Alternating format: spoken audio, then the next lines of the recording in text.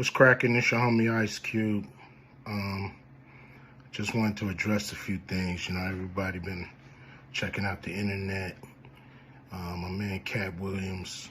You know, first of all, I just want to say, you know, we shot that movie over 20 years ago. So, you know, people have different perspectives, and it's been a long time. I also want to say, you know, every comedian that I've worked with, every comedian that I've put in a movie, I only put them in the movie because I thought they was funny. I thought they was perfect for the part. I tried to put them in a position to win. That's what it's all about, you know. I don't, you know, I look at from, you know, Chris Tucker and Bernie Mac and Mike Epps, Katt Williams, you know, Ricky Smiley, Michael Blackson, Cedric, Kevin Hart. You know, all these guys I know are funny as hell. You know, I didn't discover them. You know, they were doing their stand-up or doing their thing, and I knew that they were great and that they could act, and that, you know, if I have an opportunity, I was going to give them an opportunity. You know, to me, that's what it's all about. You know, as far as, you know, specific things, you know, Katt was 100 on a few things. Most of what he was saying, a couple things, you know, I just want to clarify. When we bring in a new, you know, comedian, we do have them try out for different roles. So Ricky did give Money Mike a shot. But when we saw him and, you know, we kind of saw how he moved and how he was, you know, auditioning, we decided that he would be a better, you know, Santa Claus, which was, to me, the perfect casting. When we saw Mike, damn, I call him Money Mike. When we saw Katt, you know, when I saw him, I just knew that he was perfect for Money Mike. And, you know, Katt, you know, said he wrote his role, which, I mean, the role was written, but he enhanced it. This is why Katt was so dope in the movie. You know, Money Mike had a small role, you know, about as big as the Santa Claus role, but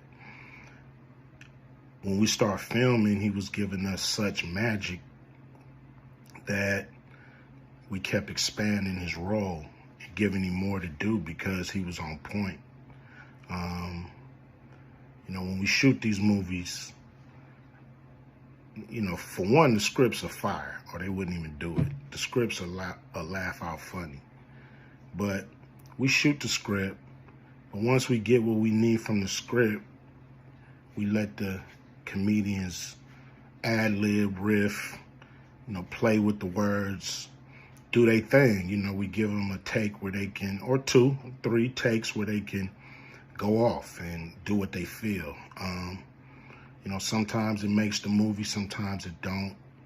You know, when somebody gives you jewels, you want to try to make sure that makes the movie.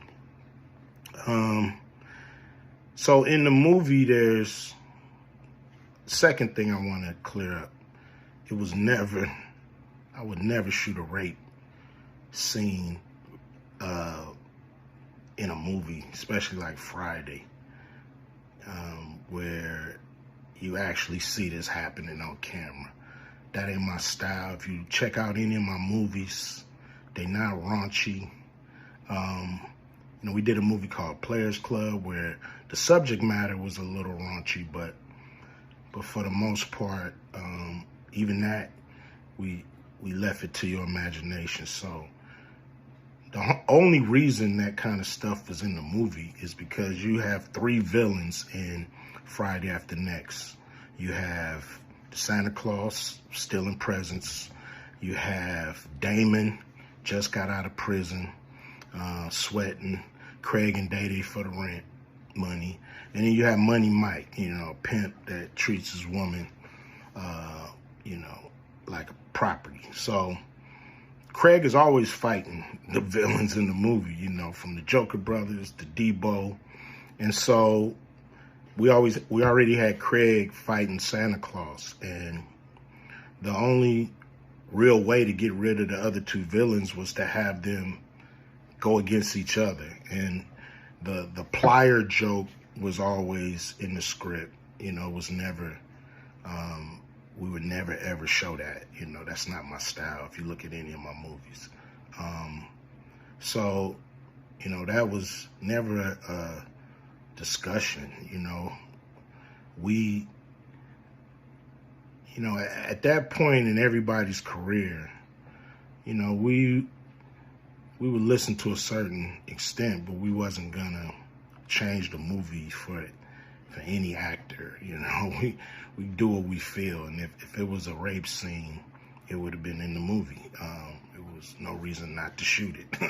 But that's not my style. I don't even like that kind of shit in movies, on camera. And so, you know, that was, to me, a little discrepancy there. You know, Katt, he wrote a lot of his part because, you know, like I said, he was giving us jewels, so we were keeping the camera rolling. He was coming off the dome. He was coming prepared every day to steal the show. You know, that was his mission. And, you know, that's what he did, you know, with the movie. And it launched his career, you know. And I'm proud of the movie. I'm proud of all the guys who've, you know, come through, you know, a Q Vision production and went on to do bigger and better things. And look, you know, a lot of people are talking about pay and how much they was paid on these movies that were extremely low budget. You know, most of these guys work a couple of days, you know. And when you're doing a movie, there's over 100 people working on the movie that need to get paid. Most of them got to get paid every day. And there's pre-production and post-production. Even after you finish with the actors, you got to pay editors and sound people. And my movies are all about quality, so most of the money go up on the screen. I'm not giving you no bullshit. I'm not giving you no low budget, you know, shit you can laugh at because it's so cheap. So, you know, we try to put all the money on the screen. And so any actor that's mad at what they got paid, you know, just look at what you was doing. Look at where your career was at the time. You know, take a look at where it is now.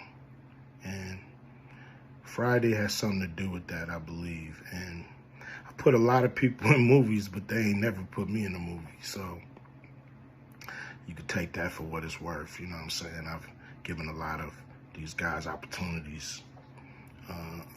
And I still act, so I'm waiting for a call. I ain't got to produce everything or write everything. I got love for all the comedians that I've worked with.